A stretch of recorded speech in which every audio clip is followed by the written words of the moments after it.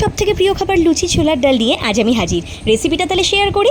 প্রথমেই ছোলার ডাল কিছুটা মতো সেদ্ধ করে নিয়েছি, ওই যতটা আমার পরিমাণে লাগবে। তারপরে একটু আদা আর কাঁচা লঙ্কা ভালো করে পেস্ট করে নিলাম সামান্য একটু জল দিয়ে। আর ওই পেস্টেই একটু সামান্য হলুদ গুঁড়ো, ধনে গুঁড়ো, গরম মশলা গুঁড়ো ভালো করে সামান্য একটু জল দিয়ে মিশিয়ে নিলাম। কড়াইতে সর্ষের তেল দিয়ে তার মধ্যে একটু নারকোল আর কিশমিশ ভালো করে ভেজে নিলাম। তোমরা চাইলে কাজুও দিতে পারো। এবার কড়াইতে সামান্য একটু সর্ষের তেল দিয়ে দিলাম ফোড়নের জন্য গোটা জিরে, আদা কুচি, শুকনো লঙ্কা, তেজপাতা, গোটা গরম মশলা, আর দিয়ে দিলাম একটু হিংটা কিন্তু দিতেই হবে। দিয়ে ভালো করে নাড়িয়ে চাড়িয়ে আস্তে আস্তে ওই পেস্টটা দিয়ে দিলাম। দিয়ে একটু সতে হয়ে গেলে তারপরে তেলটা বেরিয়ে আসলে ছোলার ডাল সিদ্ধটা ওর মধ্যে দিয়ে দিলাম। দিয়ে ভালো করে নাড়িয়ে চাড়িয়ে একটু উষ্ণ গরম জল দিয়ে দিলাম। দিয়ে সামান্য একটু নুন আর চিনি দিয়ে ফুটতে দিলাম। ঠিক এই রকম কনসিস্টেন্সি যখন চলে আসবে তখন ওই ভেজে রাখা নারকেলটা আর কিশমিশটা আস্তে আস্তে দিয়ে দিলাম।